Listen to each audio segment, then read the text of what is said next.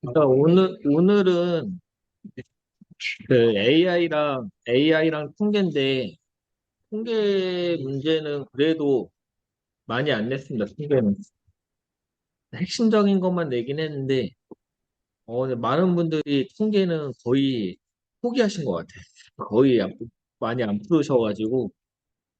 근데 통계 같은 게 좀 나왔을 때 답만 잘 맞추면 고득점 받기 좋아서 어느 정도 공부가 좀 되시면은 여유 되시면 통계도 하시는 걸 추천드립니다. 오늘 문제 냈던 것들은 그래도 대부분 다 기출 문제 위주로 좀 가져왔거든요. 뭐 파인 튜닝이라던가 뭐 RAG, SVM, 뭐 DB 스캔, K-민즈 뭐 대부분 다 이제 기출 문제들이라 그렇게 어렵다고 생각하지는 않고 네, 뭐 어려운 것 같지는 않습니다.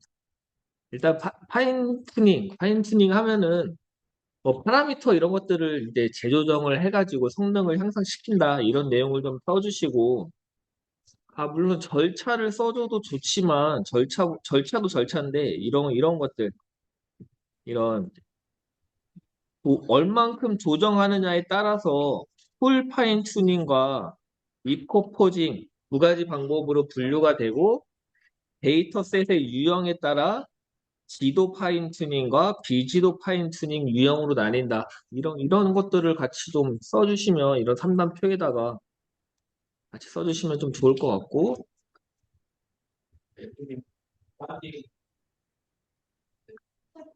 공유 안 해드렸어요? 죄송합니다. 지금 해드릴게요. 어,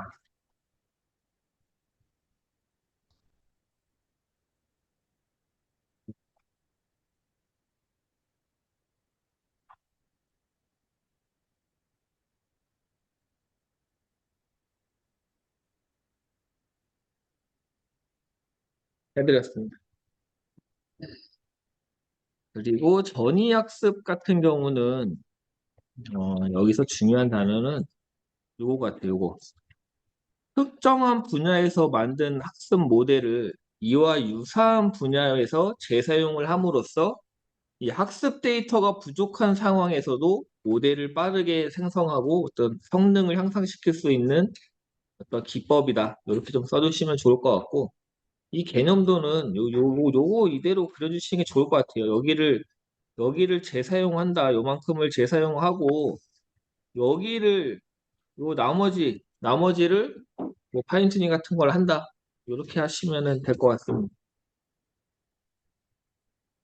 2번까지는 그렇게 하면 되고, 3번. 통계적 가설 검정과 P-밸류.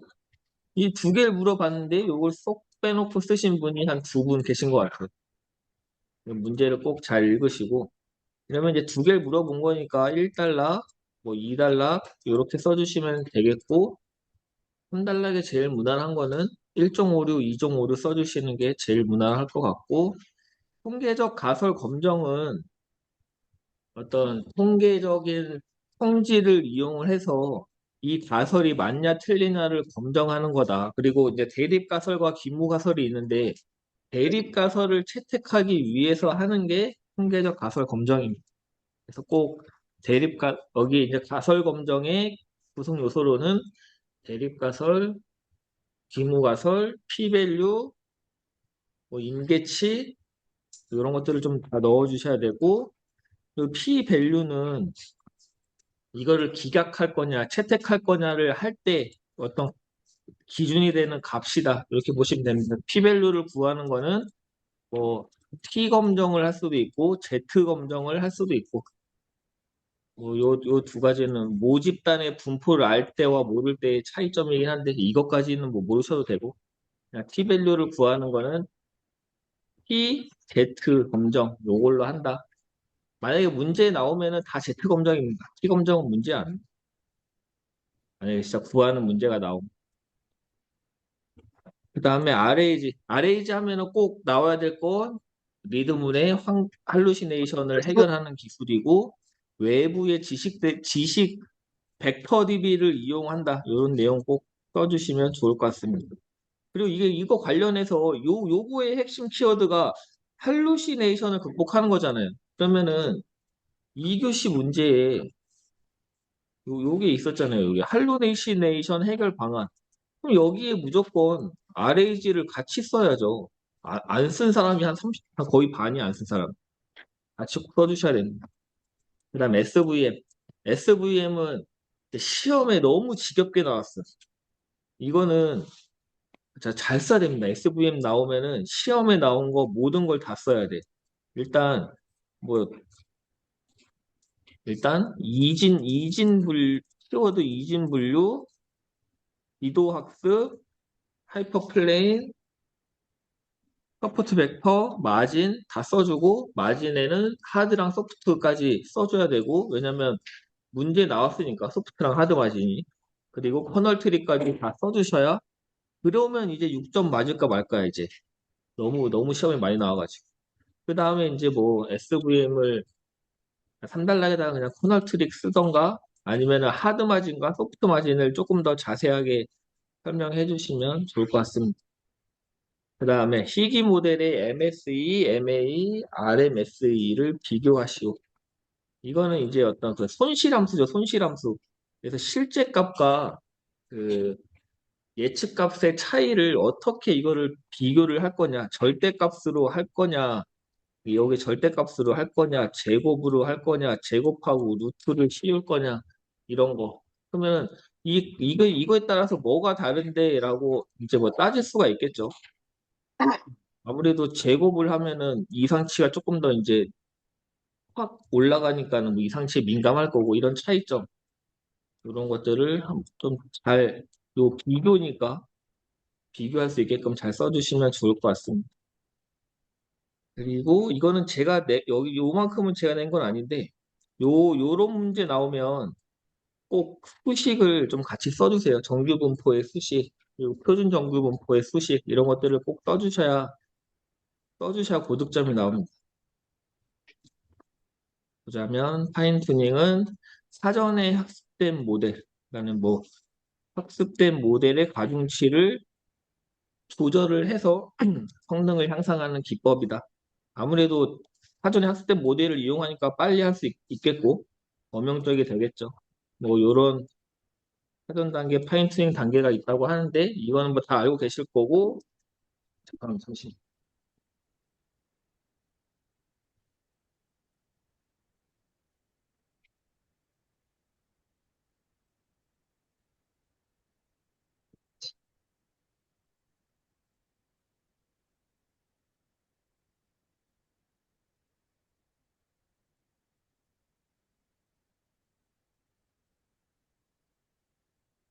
그리고 아까 얘기했던 풀 파인튜닝, 리프 포징, 비도 파인튜닝, 비지도 파인튜닝 이런 것까지 같이 알아두시면은 나중에 이 3단표 만들 때 좀 편하실 거예요. 뭐 유형으로 해가지고 이런 거 써주시면은 3단표 나누기 좋으니까. 그리고 뭐 이런 3단락에다가는 고려사항 써주시면 뭐 제일 무난할 것 같습니다. 그러니까 전이학습에서 제일 중요한 단어는 요 특정 분야에서 만든 학습 모델을 유사한 분야에서 재사용함으로써 데이터가 부족한 경우에도 할 수 있다. 요 단어를 꼭 써주시고 그림 요거 꼭 가급적 비슷하게 그려주시고 유형으로는 과업과 도메인이 있고 데이터셋 라벨 여부에 따라 귀납, 변형, 자율 이렇게 구분 지을 수 있다. 그래서 요 그림까지 3단락에다 그려주시는 분도 있으니까 이런 거 같이 학습해 주시면 좋을 것 같습니다. 뭐 이런 주요 학습 기법에 이런 것들 파인튠 CNN, 뭐 프리트레인드 모델, 도메인 어댑션, 레이어 리유즈 이런 것까지도 같이 써주시면 좋을 것 같습니다. 그다음에 통계적 가설 검정. 통계적 가설 검정은 표본에서 얻은 사실을 근거로 모집단에 대한 가설이 맞는지를 통계적으로 검증하는 분석 방법이다. 그래서 기물가설과 대립가설이 있죠. 기물가설은 변함이 없다. 예를 들어서 어떤 그 스마트 팩토리에서 어떤 기술을 적용을 했는데 이 기술을 적용함으로써 생산 시간이 단축이 됐냐 안 됐냐를 분석을 해야 돼. 그러면은 기무가설은 뭐를 어떻게 세워야 돼? 그러면 기무가설은 시간 단축이 안 됐다가 귀무가설. 그럼 대립가설은 시간 단축이 됐다가 대립가설. 그래서 뭐를 하는 거다? 시간 단축이 됐다는 거를 증명하기 위한 게 가설 검정입니다. 그래서 대립가설을 채택하기 위해서 한다라고 보시면 되고, 아, 그래서 뭐 유의 수준, 임계치 이런 것들이 구성 요소로 있고, 그다음에 p-밸류는 요거죠. 요 유의 수준 안쪽에 이 값이 들어가 있냐, 안 들어가 있냐에 따라서 이거를 채택할 것인지 기각할 것인지를 결정하는 어떤 확률이다. 결정 확률 값이다. 이렇게 보시면 되고, 그래서 요 유의 수준이 여기에요. 그럼 요쪽으로 p-밸류 값이 이 안쪽으로 있으면은 이거를 기각하는 거고, 만약에 p 값이 여기 있어. 그러면은 이거를 채택 영역 안에 있으니까 채택하는 거고 이렇게 보시면 되고, 그래서 p-밸류를 구할 때는 이렇게 구한다. 이거는 공부하실 분들은 수식을 암기하시면 됩니다. 이게 뭐였더라? 루트 n분의 세타의 x 마이너스 미인가? 그럴 거예요. 이거 공식 암기하셔갖고 그냥 대입만 하면 되니까 한번 해보시면 되고, 그다음 RAG. RAG에 대해서 키워드 요거 할루시네이션을 극복하기 위한 기술. 그래서 이 외부에 신뢰할 수 있는 지식 베이스 벡터 DB를 이용을 해서 모델의 요거죠. 정확성과 신뢰성을 향상시키는 기술이다. 이렇게 써주시고, 그래서 요 벡터 DB, 지식 베이스, 인베딩 이런 것들은 꼭 넣어주셔야 됩니다. 키워드로. 요건 뭐 별로 그렇게 좋은 답 같진 않아요. 그냥 차라리 RAG 외에 어떤 할루시네이션을 극복할 수 있는 기술 이외에 어떤 기술들 이런 거 같이 써주시는 게 더 나을 것 같습니다. 그다음 SVM 이거는 이제 제가 문제는 이렇게 내진 않았지만 SVM은 이제 워낙 중요한 내용이라 다 학습하시라고 다 갖고 왔고, SVM의 개념은 요 마진을 최대화하는 거죠. 마진. 이 마진을 최대화하는 어떤 이 결정 경계값을 구하는 기술이다. 그래서 그냥 저는 이 AI랑 관련된 어떤 기술이 나오면 마지막 단어는 지도학습인지 비지도학습인지 요런 단어로 끝내주시는 게 뭔가 제일 인공지능스러운 느낌인 것 같고, SVM은 지도학습입니다. 동작 방식으로는 뭐 서포트 벡터, 구성 요소로는 서포트 벡터, 마진엔 하드와 소프트가 있고, 하이퍼 플레인, 커널 기법 이런 것들이 있다. 커널 기법에도 뭐 여러 가지가 있죠. 그런 함수 같은 것들 같이 학습해 주시면 좋고, 이 소프트 마진과 하드 마진의 차이점은 요, 요 마진 안에 요런 것들 값이 들어올 수 있으면 소프트, 이 안에 절대 못 들어와 하면은 하드. 뭐 그냥 그런 차이 정도만 아시면 될 것 같고.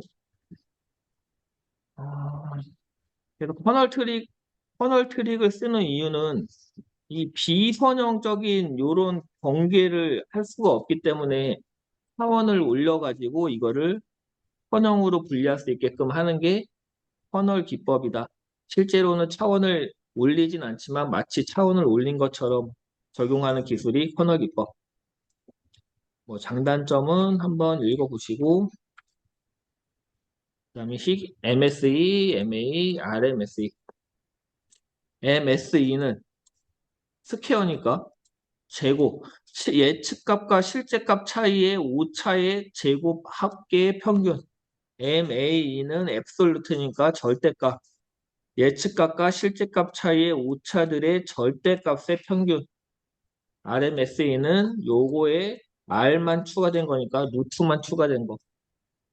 그래서 MSE는 요렇게 그래프가 되고, MA는 요렇게 되고, RMSE는 요렇게 되고. 우리가 수학을 배웠다면, 그러니까 얘는 미분이 돼요, 안 돼요, 얘는? 왜요? 되죠? 이게 다 인문계만 있으신 거 아니겠지? 요거는 안 되죠. 그렇지. 미분이라는 거는 이 꺾이는 데에서는 안 되죠. 뭐 그런 차이가 있습니다. 그래서 이런 비교할 때 미분이 된다, 안 된다, 이런 것까지 같이 좀 넣어주시고, 그리고 인공지능과 통계에서는 이 수식이 진짜 중요해, 수식. 이거 하나 외우면은 어렵지 않아요. 여기다가 그냥 제곱하고 절대값 붙이고 요거에다가 루트 씌운 게 이거니까 이런 수식은 꼭 써주셔야 됩니다. 꼭 어렵지 않으니까. 그리고 MSE는 전 구간에서 미분이 가능하죠. 요렇게 휘어지니까. MA는 요 꺾이는 지점 여기가 미분이 안 되죠. 꺾이는 지점.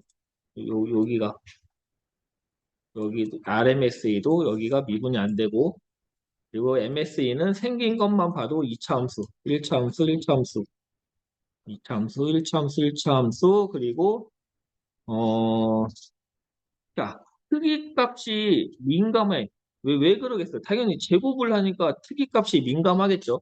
MA는 민감하진 않아. 제곱까지는 안 하니까. 하지만 이게 절대값이라서 음수인지 양수인지 구분이 안 되고 RMSE는 그나마 얘보다는 루트를 씌워버리니까 조금은 덜 민감하겠죠. 이런 차이점 좀 알아주시고 요거는 뭐 꼭 알투뿐만이 아니라 어떤 이 회귀 모델을 평가하는 지표에 대해서 그냥 언급해 주시면 될 것 같아요. 우리가 알고 있는 회귀 모델에 대한 평가 지표 뭐 있죠? 평가하는 지표, 모델의 어떤 이게 성능이 좋다, 안 좋다, 평가하는 지표. 기회가 안 나냐? 빨리 저희 박사님, 평가 지표. 이게 MS라고? 이거 말고 또 다른 거 있지 않나? 뭐 ROC, AUC 커브 뭐 이런 거 있지 않나? 아, 그 분리 모델.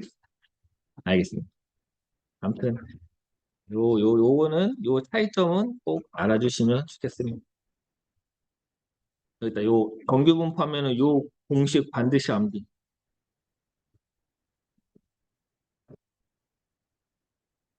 표준 정규 분포하면 요거 반드시 암기.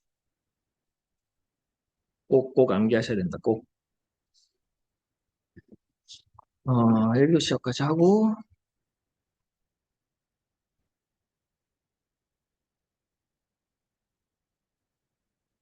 그다음에 2교시. 일단 목차부터 잡아볼게요. 이거는 목차를 이거 뭐 다 잘 잡아갖고 제가 하겠습니다. 이거 1단락, 2단락, 3단락이 제일 낫겠죠. 개념을 물어봤으니까. 그리고 또 때마침 기술 요소까지 물어봤어. 1단락 가에 개념 쓰고 나에다가 기술 요소 쓰고 할루시네이션을 물어봤으니까 2단락에다가 할루시네이션을 써야 되는데 어떻게 목차를 구성하면 좋을까? 일단 두 개로 나눠야 돼. 가, 나로. 가에다가는 개념을 써주는 게 당연히 제일 나을 거고 나에다가는 뭐 이렇게 특징, 뭐, 뭐 등장 배경 뭐 이런 거 쓰신 분이 있는데 이 다음 문제랑 연관을 지어서 보시면 됩니다. 다음 문제가 해결 방안이잖아. 그럼 뭐 써야 돼? 발생 원인 써야죠. 발생 원인. 발생 원인을 써주고 관글로 연결 지어주고 3단락에다가 요거 해결 방안. 그럼 해결 방안을 이것도 이제 50점대 55점 미만 분들이 답을 쓰는 방법. 해결 방안의 분류해서 이렇게 해서 뭐 하나, 둘, 셋, 넷 나누고 아에다가 이렇게 써주고 나에다가 요거를 표로 해서 요거 분류율로 이렇게 다 갖고 오고 요거 여기다가 써주고 하는 게 55점 미만의 분들이 답을 쓰는 방법. 이제 합격을 하기 위해서 답을 쓰려면은 어떻게 써야 된다, 답을. 나에다가는 뭐 AI 모델 측면에서의 해결 방안, 나에다가는 사용자 측면의 해결 방안 이렇게 써야 남들보다 더 많이 쓸 거 아니에요. 분류를 쓰는 순간 과와 나의 키워드는 중복이 된다. 그러니까 남들보다 반밖에 못 쓰는 거죠, 그러면. 그러니까 항상 이런 거는 측면을 많이 나눠갖고 하나라도 더 써주는 게 고득점 포인트입니다. 그러면은 이제 4단락에다가 뭔가를 써야겠죠. 여기까지가 이제 3단락이니까. 그럼 4단락에는 뭐 실제로 이제 이 할루시네이션을 해결하는 방안 중에 만약에 내가 딱히 이거를 잘 몰라. 그러면 만약에 저보고 답을 쓰라고 했어. 하지만 그러면 저는 그래도 전문가스럽게 쓸 수 있어. 4단락에 그냥 내가 잘 모르지만 RAG가 할루시네이션의 해결 방안이잖아요. RAG를 적용해서 할루시네이션을 해결한다 하면서 RAG에 대한 어떤 개념도 하나 그려주면은 답이 되는 거죠. 뭐 어렵게 생각하지 마시고. 아니면은 할루시네이션을 실무에서 적용을 할 때 어떤 것들을 고려를 해야 된다. 그리고 또 특히나 만약에 내가 실무 담당자야. 생성형 인공지능을 보통 이제 공공기관에서 구축을 할 때는 내부망에다가 구축을 할 텐데, 그러면은 RAG 같은 것들은 일단 기본 베이스가 외부에 있는 지식을 갖고 와서 쓰는 거잖아요. 그러면 이럴 때 이걸 어떻게 연동할 것이냐, 뭐 보안적으로는 어떻게 해야 될 것이냐, 이런 거 언급해주면 채점하는 사람이 맞는지 틀리는지 몰라, 그 사람은. 안 해봤으니까. 하지만 썼다는 것만으로 대단한데? 하고 1점 더 줍니다. 뭔가 그런 차별화할 만한 것들을 항상 이제 고민하시고, 그다음 멀티모달 인공지능. 멀티모달 하면은 그래도 가급적이면 오감이란 단어 그냥 웬만하면 써주세요. 오감을 이용한다. 자, 여기서 이제 목차를 잡는 거 개념이니까 1달러, 구성 요소 2달러, 핵심 기술 3달러. 그럼 이제 또 4달러에다가는 멀티모달을 구현할 때 어떤 것들을 고려를 해야 된다. 예를 들어 멀티모달이 뭐 음성, 뭐 생체, 하여튼 뭐 여러 가지 모든 것들을 다 하는 거잖아요. 그러면 얼마나 많은 개인정보가 여기에 다 저장이 되겠어. 그러면 그런 것들에 대해서 개인정보를 잘 보호를 해야 된다라고 언급해주면 내용을 중요하지 않습니다. 일단 그렇게 논리적 흐름만 가도 채점하는 사람이 고득점을 주게 돼 있기 때문에 그런 것들을 고민해 주시고, 그래서 아예 1달러 개념밖에 안 물어봤으니까 0.5페이지를 쓰기는 조금 애매하고, 물어본 게 3개니까 개념 및 어떤 등장 배경, 뭐 필요성, 이게 제일 무난할 거고, 그 다음에 구성 요소를 물어봤으니까 어떤 분들은 뭐 가의 무슨 측면의 구성 요소, 나의 무슨 측면의 구성 요소라고 써주신 분도 있고, 아니면은 가의 구성에 대한 개념도 그려주고 나에다가 뭐 상세 구성 요소 뭐 이렇게 써주신 분도 있고, 이거는 요 정도까지는 선택사항. 하지만 핵심 기술에다가 아까랑 마찬가지 55점 분들은 개념도를 그리고 나에다가 상세를 쓰지만 합격할 거면 가에다가 뭐 하드웨어 측면의 핵심 기술, 나에다가는 뭐 인공지능 모델 측면의 핵심 기술, 이렇게 기술을 측면을 나눠서 써주셔야 돼요. 왜냐하면 멀티모달 인공지능에 대한 개념을 그릴 때 개념을 이렇게 쓸 거 아니에요, 개념을. 그럼 여기에다가 뭔가 그림을 그렸을 거야. 구성 요소에다가도 가에다가 구성 요소에 대한 개념도를 그렸을 거야. 핵심 기술에까지 개념도가 있을까? 이런 거는 서브노트에 없는 개념도잖아요. 그러면은 이제 지어내야 돼, 그림을. 그럼 채점하는 사람이 지어낸 그림을 보고 일단 보질 않아요. 내가 모르는 그림이야. 그러니까 그런 거 그리지 마시고 핵심 기술을 무슨 측면, 나 무슨 측면 해서 나눠서 쓰시면 되겠습니다. 자, 그다음 한번 인공지능 분야에서 파운데이션 모델의 개념 특징, 기반 기술 및 구현 시 법적, 사회적 측면의 고려사항에 대하여 설명하시오.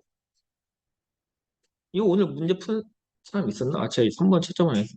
요거를 물어본 건 한 줄로 물어봤지만, 이거를 쪼개 쓴다라고 하면은 이거 어떻게 쪼개는 게 제일 무난하겠어, 이거를. 쪼갰다. 만약에 가나 다로 쪼갠다 하면 개념 특징을 가까이 놓는 게 무난하고 기반 기술이 나하고 구현시 법적, 사회적 측면의 고려사항 요 두 개가 다 요렇게 가는 게 제일 무난하겠죠. 그러면은 1단락 가 개념, 1단락 나 특징, 2단락 가의 기반 기술 써야 돼. 근데 기반 기술 어떻게 써야 된다? 하드웨어 측면의 기반 기술, 소프트웨어 측면의 기반 기술. 그러면은 3단락은 가 법적 측면의 고려사항, 나 사회적 측면의 고려사항. 일단 목차만 이렇게 잡아도 선 다 그릴 수 있고 소설이라도 내용 몰라도 소설이라도 쓸 수 있어. 일단.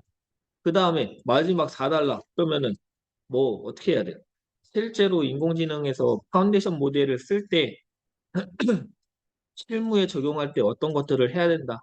뭐 데이터 측면에서는 개인정보라던가 저작권 같은 것들을 보호를 하고 어떤 모델의 성능 향상을 위해서 RAG라던가 휴먼 인더 루프 뭐 이런 것들을 통해서 성능을 향상해야 된다라고 써주면 그냥 우리가 알고 있는 지식 다 갖다 붙이는 거죠. 연결되어 있는 지식들을 따로 공부하려고 하지 마시고 그렇게 써주시면 무난할 것 같습니다. 그래서 생성형 인공지능이란 이 원본 데이터와 비슷하지만 아무튼 그냥 입력 데이터를 통해서 새로운 결과를 만들어내는 기술이다. 써주시면 되고 뭐 답은 이렇게 이게 지금 제가 말씀드리는 목차랑 이 답의 목차는 사실 맞진 않습니다. 제가 쓴 건 아니어가지고 뭐 기술 요소로는 뭐 멀티 모델 간, 디퓨저 모델, 뭐 쌈, 뭐 트랜스포머 뭐 이런 게 있는데 제가 볼 때 그래도 생성형 인공지능이다 하면은 트랜스포머, 어텐션, 최소한 그리고 프롬프트는 있어야 되는 거 아니에요? 프롬프트? 프롬프트가 없이 생성이 되나? 아무튼 저는 그냥 생성형 인공지능 하면 제일 중요한 단어가 프롬프트인 것 같은데 뭐 명령을 해야 될 거 아니에요? 어떻게든. 그래서 그런 것들 좀 넣어주시고 그다음에 할루시네이션의 정의. 할루시네이션은 그냥 어, 거짓된 결과를 내거나 아니면 어떤 편향이 있는 잘못된 정보를 생성해내는 현상이다. 마지막 단어 현상이라고 해주시는 게 제일 무난하고 그래서 발생 원인을 자세하게 써주시면 좋을 것 같습니다. 할루시네이션의 정의, 나, 발생 원인 그래서 자세히 써주시면 되고 개념, 다의 개념이니까 여기 개념이니까 뭐 이런 그림을 여기다가 써주시면 되고 해결 방안 요약 이거는 이제 55점 미만의 답 55점 이상의 답을 하려면 여기를 한 페이지를 써야 된다. 그래서 여기에 없는 거. 와, 이게 해설지가 이렇게 돼 있어서 그런가? 할루시네이션 해결 방안에 어떻게 RAG를 안 넣을 수가 있지? 그러니까 이런 거는 그러니까 뭐지? 그러니까 이렇게 조금 내가 하나 학습한 거를 여기저기에 끌어와 갖고 쓰는 것도 능력입니다. 그래야지 최대한 최소로 공부하고 최대 효과를 내죠. 그래야지. 이거 언제 다 외우고 있어, 이거를. 이거 이렇게 써 있는 거보다 RAG, XAI, 뭐 휴먼 인더 루프, 프롬프트 엔지니어링 우리가 아는 단어 쓰는 게 이거보다 훨씬 고득점 받고 공부할 양도 줄어들고 멀티모달 인공지능 멀티모달 하면은 오감 써주시고 뭐 이미지, 텍스트, 음성, 비디오 뭐 이런 오감 오감의 오감을 통해 입력을 받을 수 있는 AI 모델 그리고 뭐 이거 뭐 오감 그려주시면 될 것 같고 요런 거 이게 그냥 생성형 AI 또는 어떤 LLM 인공지능 모델 이런 문제가 아니고 멀티 모달에 대한 문제잖아요. 그러니까 이 멀티 모달과 관련한 느낌을 잘 살려줘야 돼. 여기다가 그냥 예를 들어서 뭐 NPU, GPU, 뭐 GPU 뭐 이런 뻔한 소리 HB에 뭐 이런 뻔한 소리 쓰면 사실 AI의 기술 요소는 맞아. 하지만 이 멀티 모달 느낌이 조금 안 나잖아요. 그런 단어는 내가 표를 이렇게 아홉 줄을 그려놨어. 이미 아홉 줄을 그려놨어. 멀티 모달로 여기까지 채웠어. 야, 이게 도저히 모르겠네? 하면 그때 MPU, TPU 이렇게 쓰는 거지. 여기다가 MPU, TPU, GP, GPU, HBM 이렇게 써놓으면 이 뭐야 이거 인공지능이야 멀티모달이야 이렇게 되니까 일단 위에다가는 멀티모달과 관련된 거 뭐 당연히 NLP, NLU, STT, 이미지 스케일링 이런 거 먼저 써준 다음에 도저히 생각이 안 나. 그럴 때 채우는 이런 단어는 그럴 때 채우는 겁니다. 일단 멀티모달 느낌 살려갖고 잘 써주시고 그다음에 핵심 기술로는 뭐 요런 것들이 있는데 여기서도 이런 멀티모달 느낌을 살릴 수 있는 것들 위주로 학습. 이거 4달락은 의미 없고 이런 건 공부하지 마시고 이렇게 써주시면 되고 3번. 이거 제가 쓴 답이었네. 내가 언제 썼지? 역시 55점 이상의 답. 제가 만든 해설지는 다 이렇게 돼 있습니다. 그래서 AI 파운데이션 모델의 개념, 뭐 대규모 데이터로 학습을 하고 그런 것들을 가지고 뭐 타임 튜닝이라던가 여러 가지 기술을 적용해가지고 나온 모델들이 뭐 버트, 람다, 뭐 GPT, 달리, 라마 이런 것들이 있다. 파운데이션 모델의 특징 하면은 뭐 지난주에 했겠지만 뭐 이런 거 균이라 청발성, 다목적성 이런 거는 좀 써주시고 그리고 파운데이션 모델이니까 데이터랑 파라미터 자체가 대규모겠죠. 파운데이션 이제 기초 모델이라는 소리니까. 그래서 대규모의 데이터를 가지고 훈련을 시킨 다음에 그것들을 어댑션을 통해서 다양한 타스크에 맞춰갖고 활용이 가능한 게 AI 파운데이션 모델이다. 그래서 기반 기술로는 뭐 대용량 학습 데이터를 구축해야 되고 뭐 자기지도 학습. 왜냐면 물론 자기지도 학습이 키워드는 아니지만 대용량의 데이터를 학습하려면 지도 학습만으로 힘드니까 자기지도 학습을 이용한다는 소리고 당연히 트랜스포머가 있어야겠고 컴퓨터 성능, 뭐 GPU, TPU 같은 것들 이용해야 되고 그리고 좀 그나마 그래도 좀 경량화를 하기 위해서 뭐 지식 등료, 양자와 이런 프로그래밍 같은 것들을 한다. 그래서 마지막으로는 이제 기반 기술까지 했고 어? 아. 이게 실제로 문제가 나왔을 때는 법적, 환경적, 사회적 측면의 문제였습니다. 원래 시험에 나왔을 때. 그런데 제가 이걸 세 개를 하면 사람들이 목 찾아잡기가 어렵고 꼬여가지고 하나 뺀 거예요, 이거. 법적, 사회적으로. 환경적을 제가 뺀 겁니다, 문제를. 여기서는 실제로 문제가 나왔을 때는 법, 법적, 환경적, 사회적 측면의 문제라고 나와가지고 목차를 뭐 법적, 환경적이라고 잡고 기술적은 없지만 저는 목차에 뭔가 통일성을 유지하고 싶어갖고 기술적을 안 물어봤지만 기술적을 여기다가 넣어갖고 답을 이렇게 만든 거고 이거 보면은 제가 맨날 하는 소리잖아요. 모르겠으면 병렬 처리, TPU, MPU, PM 이런 거 쓰면 된다. 그래서 이런 이 내용을 학습하려고 하지 마시고 목차를 이렇게 잡으면 되는구나. 여기서 공부해야 될 거, 뭐 지식재산권, 개인정보 보호, 뭐 탄소 중립 요 세 개 단어만 갖고 가시면 될 것 같아요. 다른 거 필요 없고. 마지막으로는 뭔가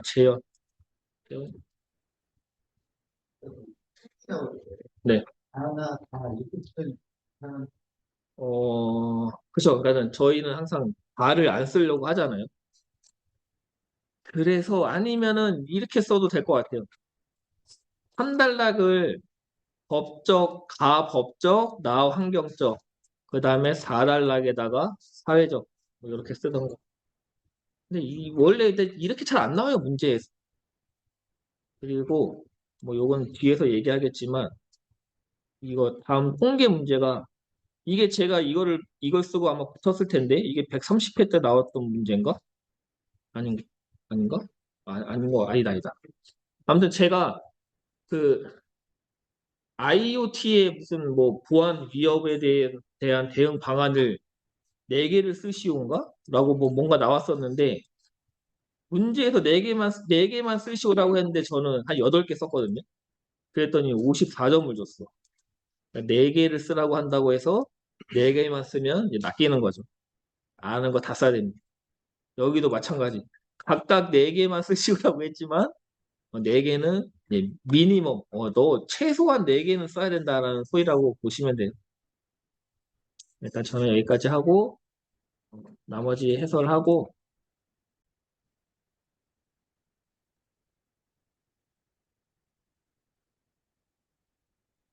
예, 저희 반에 저희 인공지능 심화반입니다.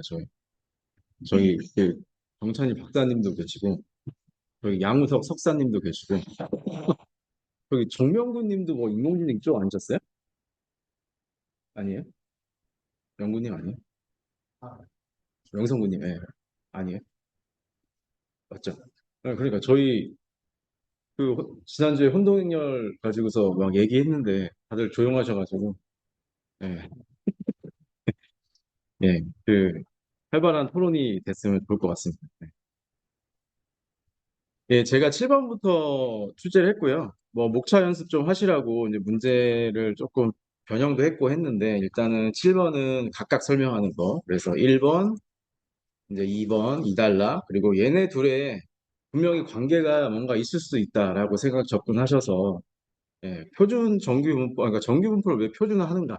예, 그거에 대해서도 조금 인사이트를 보여주셔야 이 둘의 관계가 좀 나오겠죠. 예, 그렇게 좀 3단락을 구성해 줬으면 좋겠고, 예, 8번은 비교, 예, DB스캔 K민즈 이제 정말 지겨울 때가 된 것 같습니다.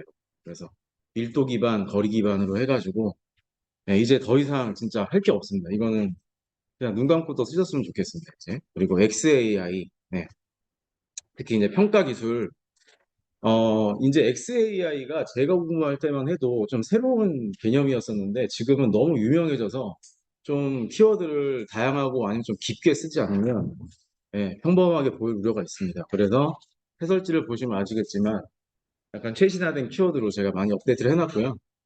그리고 10번은 예, 컴퓨전 매트릭스. 이렇게 쓰시니까 또 이제 오늘 낚이신 분들이 계시더라고요. 혼동행렬인데 영어로만 쓰니까 예, 이게 뭐지? 예, 혼동을 좀 혼동하시라고 이렇게 제가 넣어봤고요. 그리고 11번은 이제 개념 기법 비대효과 1, 뭐 2, 그다음에 3, 뭐 이런 식으로 한번 써보시라고 문제를 출제해 봤습니다. 그리고 활성화 함수, RAM, 액션, 라지 액션 모델 이런 식으로 출제를 해봤고요. 일단 정규 분포 같은 경우에는 예, 중심 극한 정리라는 배경을 꼭 아셔야 됩니다.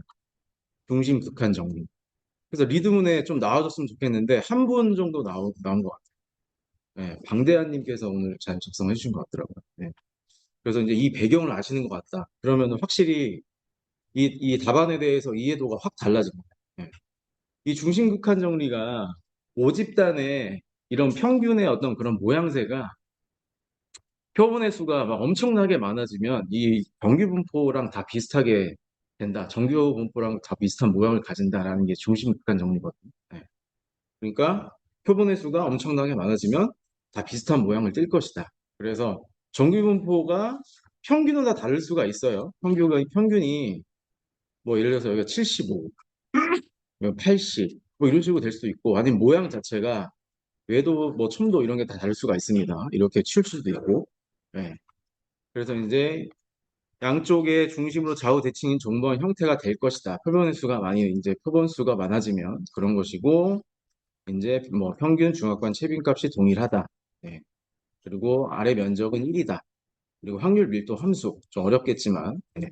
수식 한번 확인해 주시고요. 예. 그래서 이제 표준화를 이제 왜 하느냐라는 게 표준화가 이런 정규의 수식이 있는데 이렇게 하게 되면은 평균과 분산이 다 0과 1로 바뀌게 됩니다. 그러니까 평균이 이렇게 다 다른 것들을 그죠?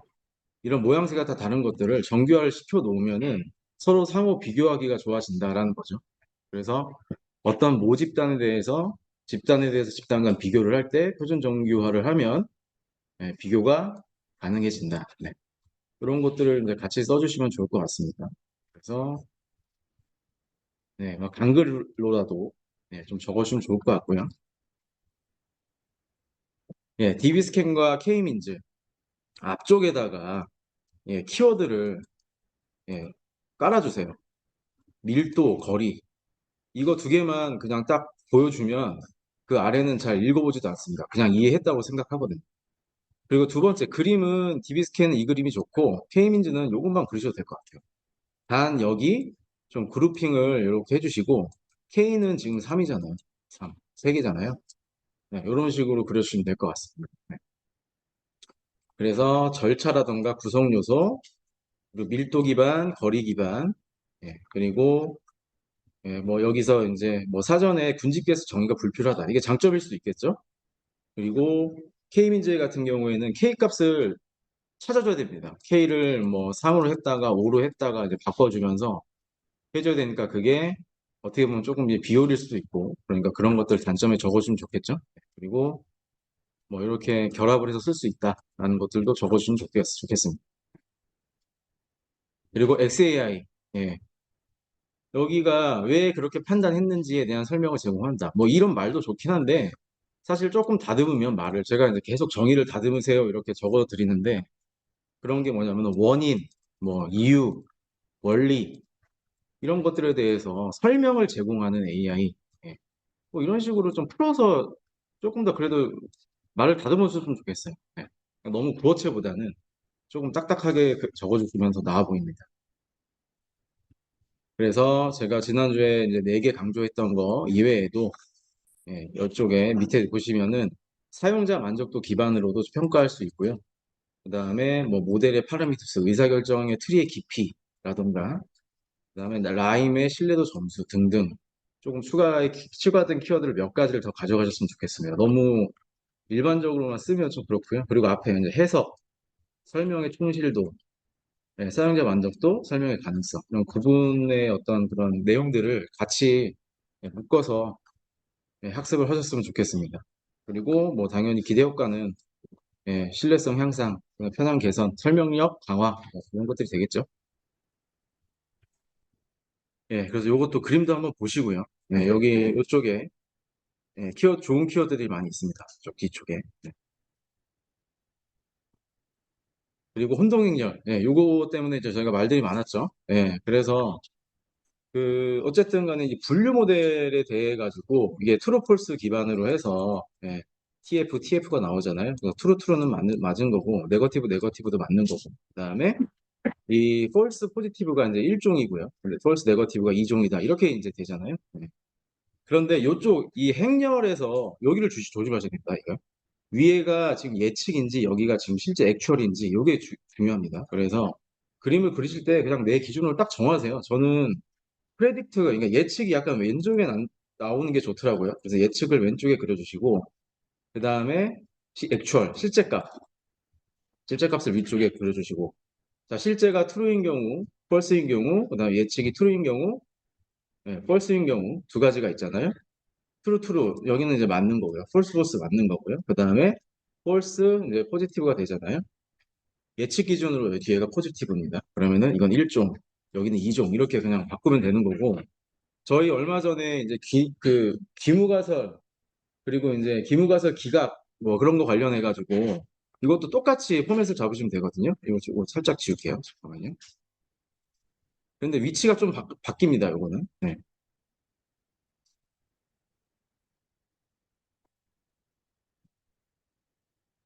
자, 그래서 기무가설이 실제로 네, 참인 경우, 거짓인 경우, 그리고 이거에 대해서 기각을 하지 않은 경우, 그죠? 그다음에 기각을 한 경우, 네, 이렇게 이제 적더라고요. 네. 자, 그래서 요게 이제 요 부분이 이제 맞는 거고, 그죠? 그다음에 기각을 했다는 게 false잖아요, false. 기각을 했다는 게 자체가 false입니다. 기각하지 않았다는 건 맞았다는 거고. 그래서 이제 이쪽에서 약간 좀 공식 암기 내지는 원래 그냥 싹 그냥 바꿔주면 되는데 일귀참기로 저는 외웠어요. 그냥 일귀참기. 네. 일종 오류는 기무가설이 참인기도 불구하고 기각한다. 일귀참기. 이렇게 외웠거든요.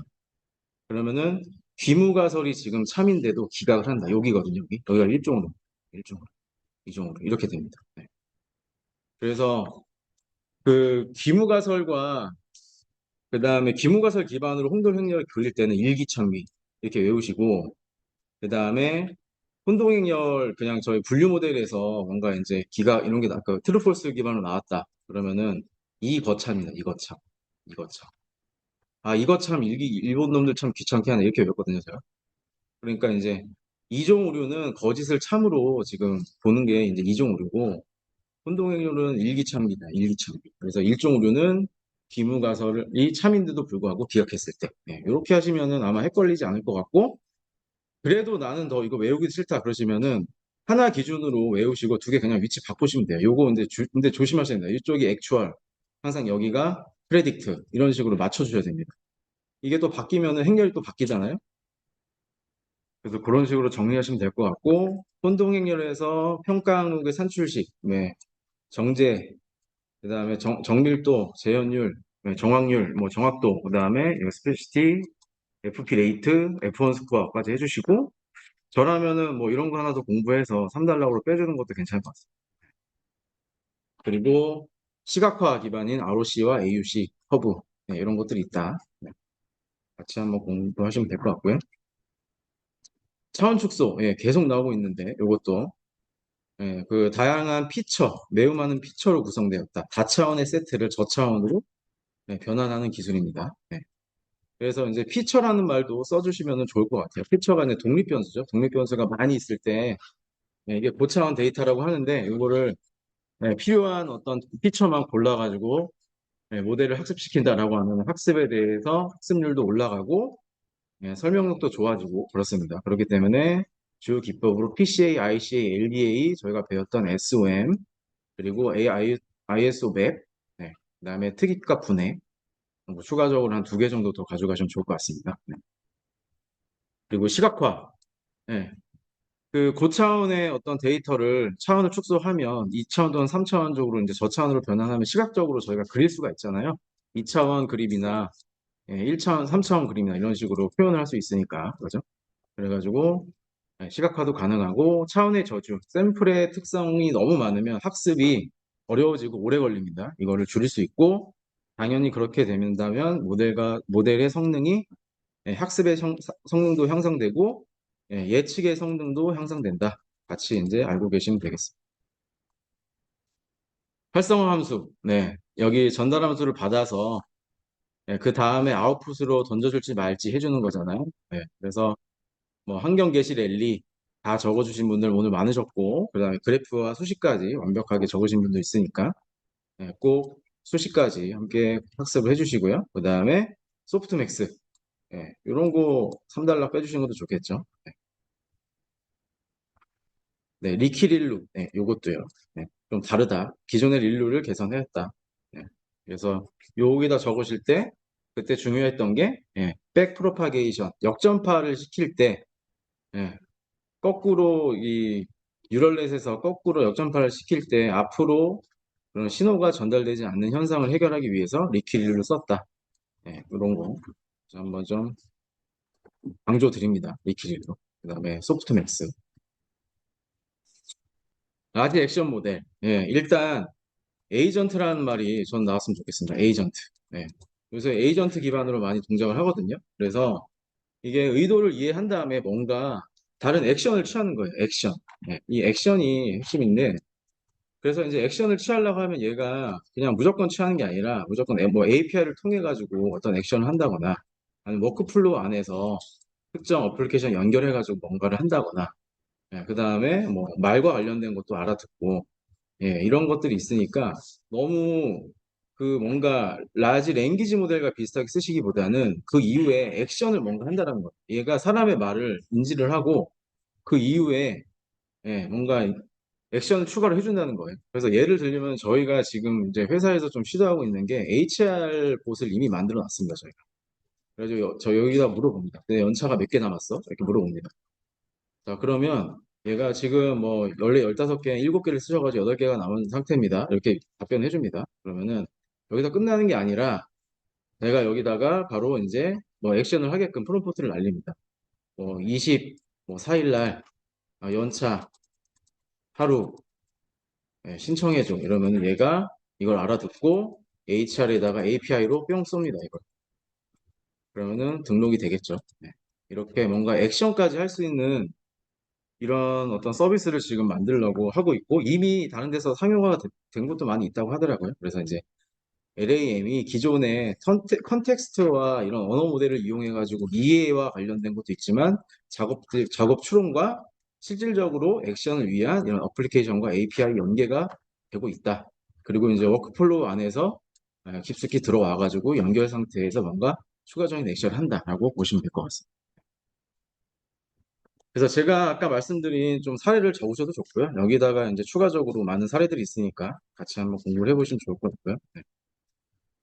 2교시는 4번부터 제가 했고, 4번은 통계를 저번 주에 강의를 안 했더니 거의 선택을 안 하셨더라고요. 그래서, 예, 통계도 좀 공부를 하셔야 됩니다. 아주 기초적인 문제입니다. 그래서 한번 오늘, 요거는 그냥 오늘 보고 내가 오늘 끝낸다라고 생각하시면 될 것 같고요.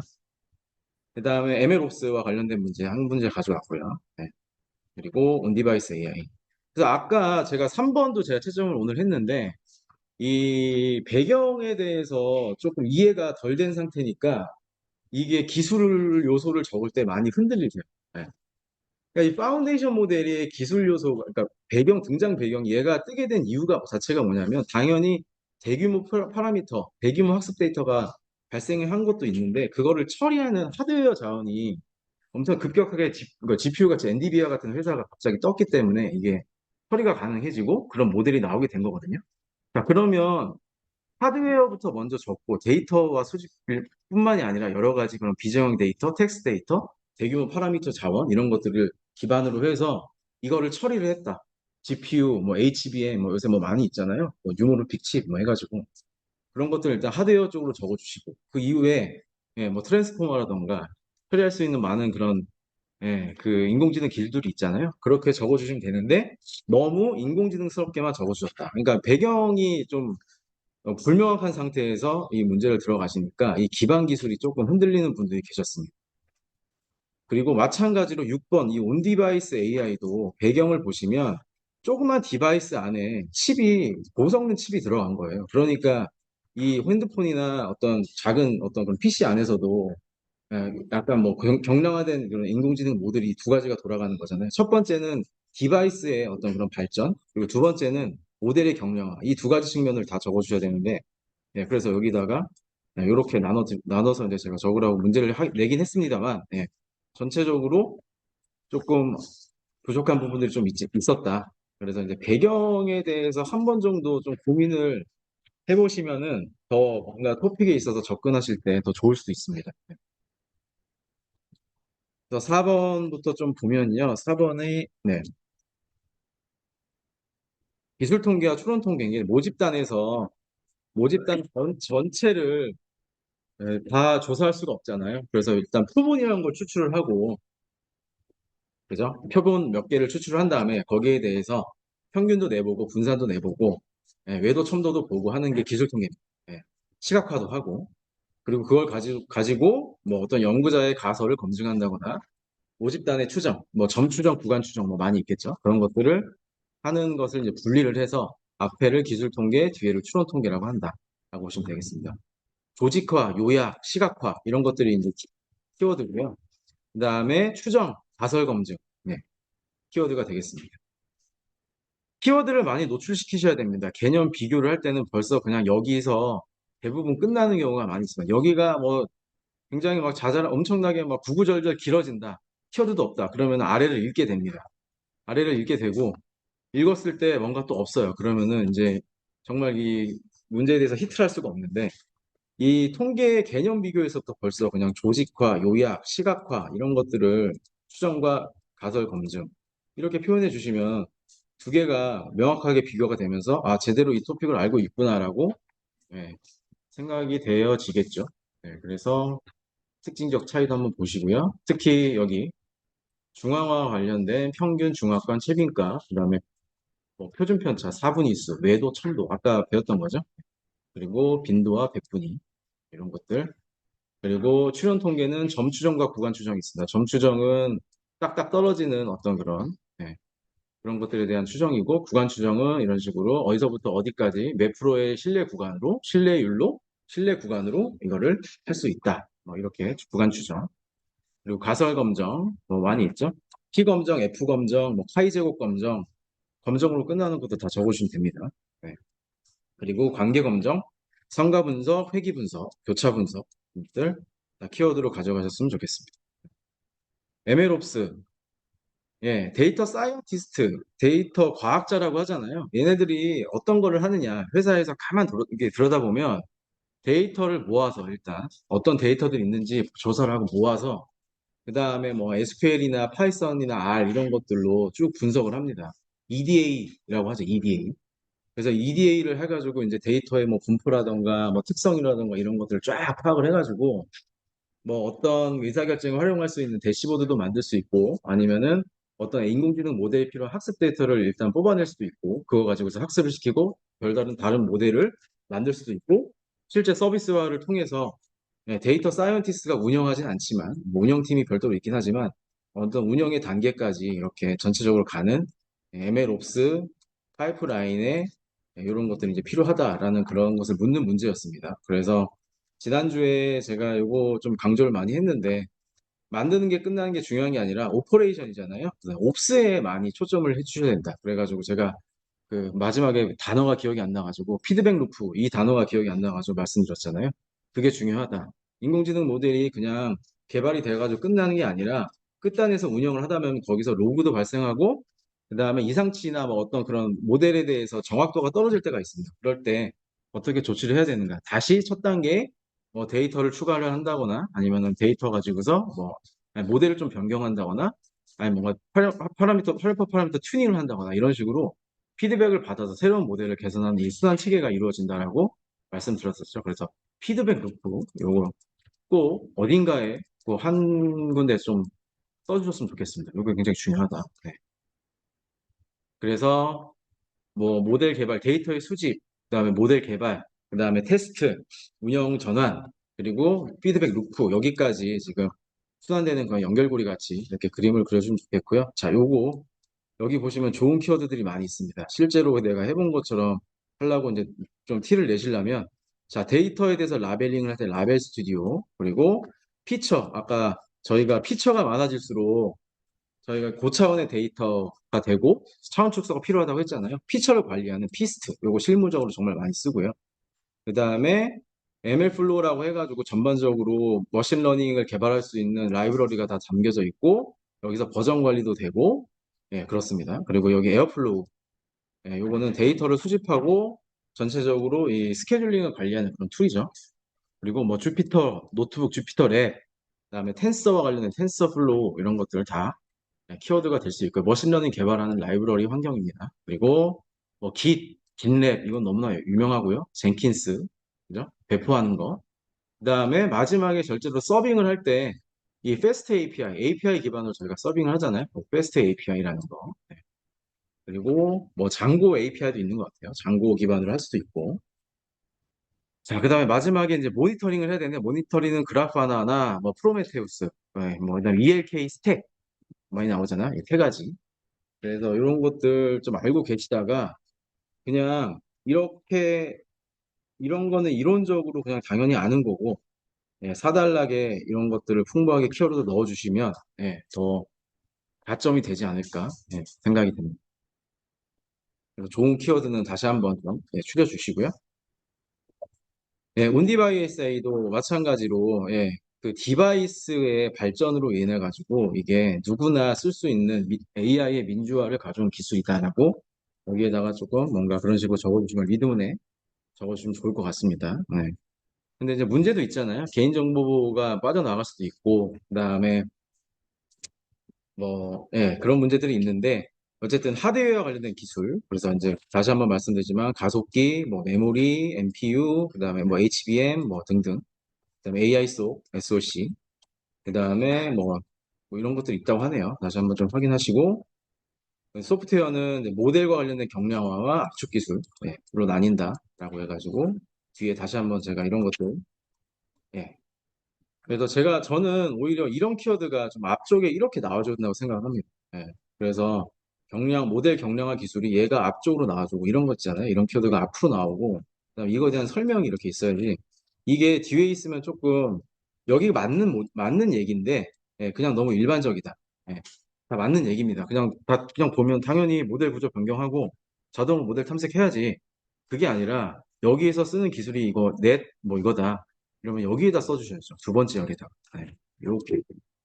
그래서 이 답안을 구성하실 때 2열에다가 내가 조금 더 깊게 하는 것들은 2열에 적으셔도 돼요. 내가 깊이 한다고 설명에 적지 마시고, 예, 2열에다가 적어주시는 습관을 들이시면 더 고득점이 될 것 같습니다. 네. 그래서 뭐 시사점은 많이 있죠. 요즘에 이제 문제점도 있고, 그리고 핸드폰에서 뭐 딥페이크 관련해가지고 돌려가지고 막 영상 합성해서 막 올리고 하잖아요. 얼마나 많은 그런 사람들의 영상과 이런 것들이 파운데이션 모델로 되어 있으면 쉽게 쉽게 그걸 합성을 해가지고 막 바꿔내고 있습니다. 그런 것들 요즘에 많이 문제가 되고 있는 딥페이크, 개인정보 보호하는 관련된 유출, 그리고 대기업 관련된 어떤 그런 대비성 자료라던가 뭐 지식재산권에 대한 유출, 기재권, 예, 그런 것들을 키워드로 다양하게 적어주시면 좋을 것 같습니다. 그리고 좋은 점을 일단 많이 적으셔야 되겠죠. 그래서 이제 AI와 관련된 예, 그런 뭐 활용성이 이제 많이 늘어난다. 그리고 새로운 비즈니스 모델도 생겨날 수 있을 것 같다. 예, 그리고 스몰 데이터, 한마디로 고품질의 작은 데이터가 있어도 예, 잘 이제 모델이 생성이 되잖아요. 그래서 이제 꼭 빅데이터뿐만이 아니라 스몰 데이터로도 뭔가 가능한 시대가 왔으니까 이런 데이터의 품질과 관련된 것도 언급을 해주시면 좋을 것 같습니다. 네. 예, 10분 동안 쉬었다가 예, 보안 강의 시작하도록 하겠습니다. 15분에 시작할게요. 네.